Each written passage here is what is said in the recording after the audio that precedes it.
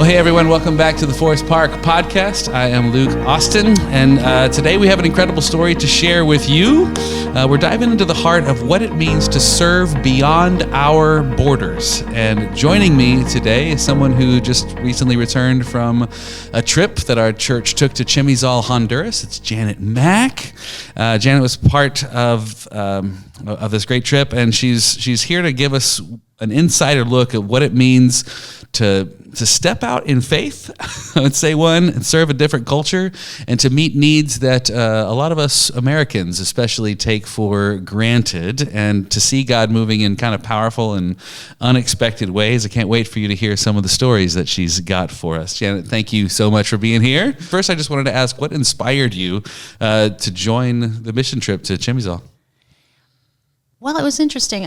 Last fall, we had Mrs. Carlson, Lori Carlson, came and she spoke in front of the congregation, and she mentioned this trip that was coming up the following year. And it was interesting because I'm a teacher in third grade for Reeds Puffer schools, and our curriculum specifically teaches about how people from other cultures, how they access books, how they can't get books in certain ways, and because of either where they live, or maybe it's, it might be a girl from Afghanistan who the Taliban doesn't allow them to go to school. So there's a lot of barriers that people have in order to get books. But also our curriculum dives into the importance of clean water and the lack of it in many areas across the world. And so I happened to be teaching something along those lines that particular week. And when she mentioned this trip and about how we're going to focus on water, my eyes just kind of got really big. And I'm like, what? And usually these mission trips are either during a time when I'm either teaching and I can't really participate in, or it's just my family life, I just can't do it. But in this particular instance, it just worked out. The timing was perfect. And I hadn't been on a mission trip since I was in high school. And I have never been on a mission trip overseas. So to do this, I really felt God leading me to participate, especially so it gives me an opportunity to bring my information that I learned in Chimizal back to my students in third grade, and hopefully others besides my third grade students. So that kind of led me to wanting to go. I love that. All right. Yeah. A spark from an educator. Yeah. Wanting to educate more. And I do. Wanting to impact more people. So what was your first impression when you got to Honduras? Well, in your mind, you have one thing. You think you're going in and it's going to be one way, and then when you get there, it is somewhat what you think, but it's a lot more. And so I knew it was going to be poor. I knew that they won't have much as far as, material things. But it really surprised me how little they have, but how happy they still are. Like the kids, the people itself, they're so generous and so beautiful. But compared to what American children have or what other families have here, it was surprising how little they have, but still with such a giving heart we're complete strangers, and they were willing to bring us in to teach us how to cook some things. And it was just amazing.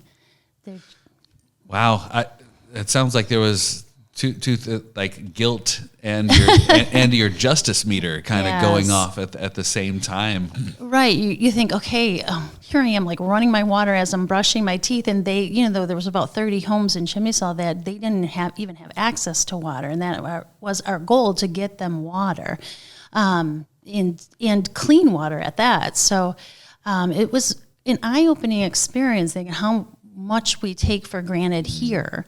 It's just so, it's just, you turn it on and it's so natural for us just to not even think about it. And for them, we know water is life for most people in the world. Wow. Did your perspective on faith and how the Christian church serves change or get enriched? My big role was to go into the classroom with Bob Johnson. We throughout the whole year we were focusing on VBS, sort of these certain lessons we wanted to teach the kids, and some big takeaways. You really want them to have the feeling that God loves them, and so we had to kind of surround ourselves with what stories would we want these children to have. We taught them the Jesus story in the end, but also the Esther story, because we wanted the little girls in those schools to see that they're female heroes in the Bible, besides all the men that are mentioned in the Bible. I don't know if that answered your question, though. Sure. Yeah. No, that's really impactful to go, hey, we want to empower both women and young men by sharing what we know from the gospel. So was there a local church there in Chimizal? Did y'all partner with them at all? What role did they play? We focused we worked closely with the Aldea Coffee Development. Okay. We did go to a church there on Sunday, but really through Aldea, they really helped us, get involved with, really scheduled us down to the minute, what we were doing in the classroom, what we were going to do in the community. We partnered with an organization called Good Justice, and they're the ones that helped us distribute water filtration systems to all of the homes in the village. So I don't believe, I think in the past we have had a little bit closer connection with the church that was in the village that we stayed in, because we stayed there. But because the buildings were under construction, we stayed in kind of some different locations. The men stayed at a health clinic, and we stayed in the women stayed in more of a kind of a dorm type setting. Okay. Yeah. All right. So we talked about how shocked you were by the poverty that was there. Were there any other cultural shocks, or that you were like, whoa, and then you had to navigate that? Cleanliness, I guess. We're so used to washing our hands after everything, and we had to be a little bit more cognizant of, we wanted to not be paranoid, as you're shaking somebody's hand or holding a child in our laps, and but culturally, I don't know, I didn't feel like there was such a barrier there. Okay. Yeah. It's just I'm sorry. I should clarify the language. The language is a big barrier. I should have said that right off. I should have took Duolingo a little bit longer than I did. They speak probably quickly, like they did, and thankfully we had some wonderful translators from the school that was across the street from where we were staying, and it was a bilingual school. So we had these kids from high school. They came in, and they were juniors and seniors, and they were wonderful. They were fun. They were able to translate really well to the adults in the community, and also in the school that we were into. Oh, what a blessing to have them there. Very much. Did you feel like you were picking up more on the language the more you were immersed in it over the week? I felt like I did. It's not, I wouldn't say perfectly, but you could catch more than you can say. So you can kind of catch different things, but as far as me speaking it, I was not very good. Okay. I should have taken more Spanish in high school, I think. So you talked about you and Bob did some work in the school. What was the rest of the team doing? Mm-hmm. So we know there's a school, we know water. Yes. Can you tell us what everybody was doing, or at least sure. give us Sure. During that time when we were teaching, there was also some of the other adults were there too, to kind of help monitor and help. There was only so much Bob and I could do. We need a lot of hands on deck. There was about 65 kids. And of course that included, you have a third grader that comes in, but they also brought their 2-year-old brother or sister, or 1.5-year-old brother and sister. So they're all there, but they were so good. They were they really just wanted to be there. And so a couple of the adults were with us kind of helping with that. But then there was another group of adults that were doing a beautiful mural right outside the classroom. And on the walls, the facility itself was a bit in rough shape. All the buildings looked really quite rough. So to have this mural come up slowly throughout the week, it just transformed like that area of the school, because I think at the time they were building like a big wall to go around the school. So they had, equipment, and it was, everything looked so disheveled. And that was a playground. All the bricks and everything were all over the playground, so these poor kids had nowhere to play. And but to see this beautiful wall that 3 of the adults were building, it was really cool to see throughout the week. Okay, yeah, that's really fun. You talked earlier about how happy the people in Chimizal were, even though there was poverty. It seemed like that spoke to you a little bit. Can you expand on that? I can, because, I have kids, you have kids, and, our kids have so much, but they always seem like they want more, and it's pretty natural for American children to, want what the neighbors want, or want this, that, and in Chimizal, these kids, they don't have an option. They have what they have. So they don't have a lot of toys. They don't have much but they find different ways to play together, and they do things together. And it was very sweet when we did different crafts throughout the week with Bible study, with the Bible school. That last day we were going into the home, showing them about the filtration systems, and several of the homes had their little, crafts displayed, like pinned on the wall, like it was like a prized possession. It was really neat to see that that's something that really meant a lot to them. So there was a crown, and there was some, like a wheel of, the creation wheel that they made. So, but in several homes, it was just kind of neat to see them. It meant a lot, and this is, part of their home now. So, but yeah, these kids don't have a lot, but they sure know how to make it, they make do with what they have and still find joy. Yeah, I was about to say, it sounds like they just get up and they choose joy. Yeah. They choose to be grateful. Right. I don't think they have a choice. Right. It is either that or nothing. Right. All right. Wow. That's. Were there any relationships that you built with other Forest Parkers throughout the week? Absolutely. Because I looked you up on our database, and it looks like you've been a member since 2000. Mm-hmm. Is that correct? Yeah. So 24 years of being a Forest Parker. I got to know some people that you didn't know previously. Yeah, Tell me about that. I knew Lori a little bit, because I've done some Bible studies with her. But really, the other ladies and the gentlemen, I really didn't know that well. And, it's a lot different when you actually live with someone, throughout the week, instead of on a Sunday where it's like, hey, how are you? Yep, okay, gotta go. But living with these group of women and really getting to know these gentlemen, such neat people, so kind, so fun. And we even had an opportunity to even play like cards at night, and man, we just had so much fun. And I know, taking that back here to Michigan too, we have that now, that connection with one another. Yes. Like, we went through stuff, we did things together, even though we missed our flight coming back from Houston, we had to rent a car in Chicago. Those were all experiences that we got to do together. Yes.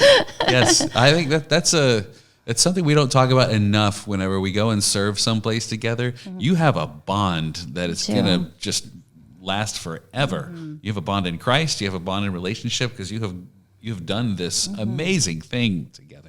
It was really neat too, because Lori kind of every night she facilitated about like just a quick devotional time, and then each night one or two of us got a chance to share our faith story. So, yes, we got to know each other throughout the week, but in those evenings, we heard a different story of really how they got to where they are now. And that was really neat and really eye-opening too, how, all of us have been through a lot of different things, and then yet we're still here. So yes. Yeah. God has brought us through so much, and you got to share that with one another. That's awesome. Yeah. What was probably the most rewarding aspect for your faith, for your relationships of going on this trip? Rewarding, I feel like as much as I came to change the people that I met there, I think most mission trips, you come back just as changed as as everybody else. Sure. And sometimes even more so. You think you feel really grateful for what we have, but in your back of your mind, it's like, I can't forget this mission trip, because I can just fall right back into certain habits and forget that, to do certain things or to be just being grateful, you just kind of take it for granted. So I guess that big takeaway is just kind of remembering those people that, even though, man, I have a warm home, I have food, I have this, I have that, there's people all over the world, like in Chimizal, that every day is a struggle. Every day is, maybe some have to get their clean water. Maybe the food that they eat is the same food they've had every single day for the last 10 years. And that's very much what it's like in Chimizal. Not a lot of vegetables, not a lot of fruits. It's a pretty limited staple of food. And I have to remind myself that being an American, we are very much lucky. I feel like being born in this country, we're very, very fortunate that it could have been completely different. I could have been born in Africa or in Chimizal, and my whole life would have been completely different. But so I guess that gives me a big responsibility too, because I'm so lucky that I need to make sure that I tell my students about these things, that it's their responsibility to go out and help people too. And even my own kids, and others people, that we can't be just stagnant here in America. We gotta be able to reach out to other people, even if it's people in our own country, to reach out and help those other people. I think it's super important. You sound emboldened. I do. I do. Like an evangelist almost. Well, yeah. I do, because I do teach this to my students too, that I have to kind of amp them up, but I can't just talk about it. I have to make sure, like, okay, so what can we do? A third grader can't take a trip to Chimizal very easily, but we can sure help people in Muskegon. We can still help people even in our own school. What can we do to help? Just to kind of get that mindset into small children, because really we're going to need their help. When I'm 80 years old, they're going to be the ones that do it. So, that's right. Yeah. Did your did the way you view God or your prayer life change at all over an experience that you had there? I definitely feel like it has. Again, you go in and even just that being grateful. But also, I also sometimes neglect my time with God. And so it made me think about, I need to take more time.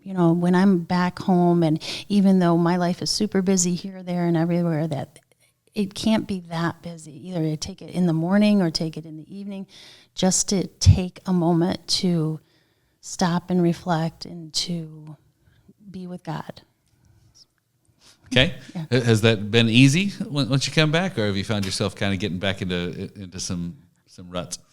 It's not always easy. Sure. I have to be honest. Yeah. Because you don't have that mission trip high, right? No. I mean, it's tricky because, as soon as you wake up, you got to do this, and then you're out the door and you're doing this, and then you're coming back and you're doing.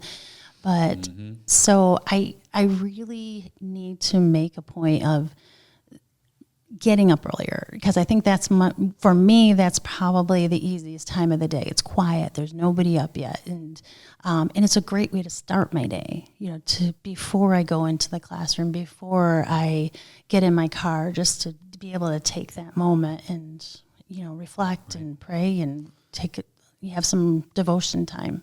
It sounds like remember those kids as well, and remember how grateful they were just for the presence of God. Yeah. With how little they had. All right, so first-time advice for any new first-timers who may hopefully consider going on this trip in the future?